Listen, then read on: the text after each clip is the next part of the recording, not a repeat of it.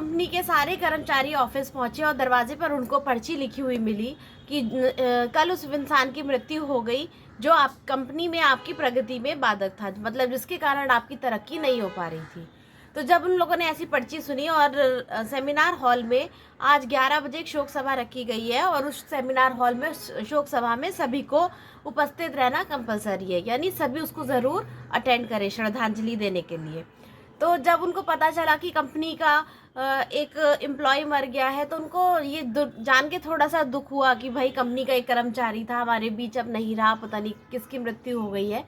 और थोड़ी उनको उत्सुकता भी थी, क्योंकि उत्सुकता क्यों थी उनको, इसलिए उत्सुकता थी वो ये जानना चाह रहे थे कि ऐसा कौन सा व्यक्ति जिसकी वजह से हमारी प्रगति रुकी हुई थी, कंपनी की प्रगति नहीं हो रही थी, कंपनी की ग्रोथ नहीं हो पा रही थी, हमारी ग्रोथ नहीं हो पा रही थी। तो ये जानने के लिए ना सब बड़े एक्साइटेड थे और इसीलिए 11 बजे जो शो सेमिनार हॉल था वहाँ पर इतनी ज़्यादा भीड़ लगनी चालू हो गई। सब बहुत ज़्यादा जिज्ञासु भी थे और ये जानने के लिए उनको ज़्यादा एक्चुअली बेसिकली क्यूरियोसिटी थी कि कौन सा ऐसा व्यक्ति था जिसकी वजह से कंपनी की और हमारी ग्रोथ नहीं हो पा रही थी। तो वहाँ पे इतनी ज़्यादा भीड़ जमा हो गई, इतनी ज़्यादा हलचल होने लग गई कि सिक्योरिटी गार्ड भी अरेंज करना पड़ा। फिर सिक्योरिटी गार्ड को अरेंज करने के बाद धीरे धीरे लोग आते गए और पूरा सेमिनार हॉल खचाखच भर गया। अब लोगों को दुख भी था, लेकिन एक ये भी जिज्ञासा भी थी और खुशी भी थी कि चलो अच्छा हुआ वो इंसान मर गया जिसकी वजह से हमारी ग्रोथ नहीं हो पा रही थी, पर वो देखना चाह रहे थे कि वो कौन सा इंसान है जिसकी वजह से हमारी ग्रोथ नहीं हो पा रही है।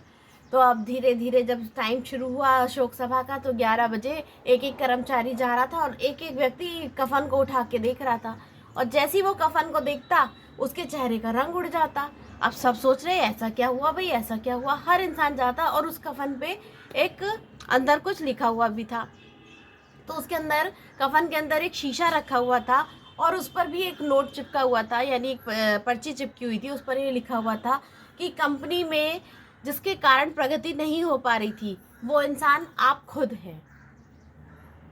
उसमें आगे लिखा था कि आप ही वो इंसान है जो अपनी खुशी को और अपने जोश को बरकरार रख सकते हैं। आप ही वो इंसान है जो अपने जीवन की क्रांति को अनुभव कर सकते हैं। आप ही वो इंसान है जो अपने जीवन की समझदारी और सफलता को प्रभावित कर सकते हैं और आप ही वो इंसान है जो अपनी खुद की मदद कर सकते हैं।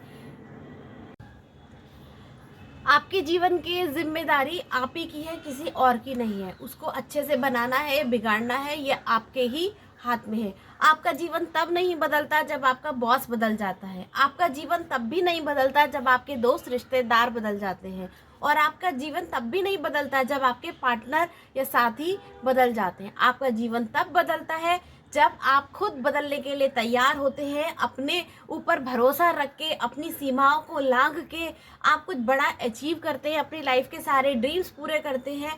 तो आपका जो सबसे इम्पोर्टेंट रिश्ता है वो खुद से है। इसलिए खुद को खुश रखिए, अपने लिए जो अच्छा लगता है वो काम कीजिए और अपने लिए रॉयल रहिए। आप दुनिया में किसी को खुश नहीं कर सकते, किसी के सगे नहीं हो सकते, लेकिन अगर आपने खुद से ईमानदारी निभाई तो आप अपनी लाइफ में बहुत ज़्यादा तरक्की करेंगे और बहुत ज़्यादा सक्सेसफुल होंगे। तो इंसान को सबसे इम्पोर्टेंट रिश्ता जो होता है वो खुद से होता है। अपनी सीमाओं को लांघकर आप बड़े बड़े ड्रीम्स भी अचीव कर सकते हैं। खुद पर भरोसा रखिए, कड़ी मेहनत करिए और आगे बढ़ते जाइए।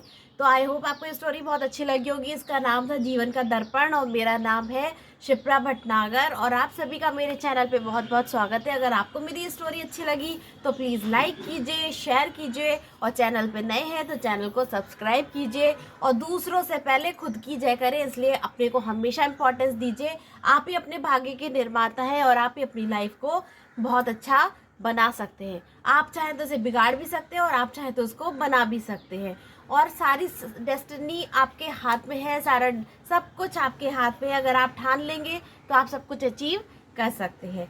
तो फ्रेंड्स, इसी मज़ेदार कहानियों के साथ हम मिलते हैं अपनी नेक्स्ट स्टोरी में। Good bye.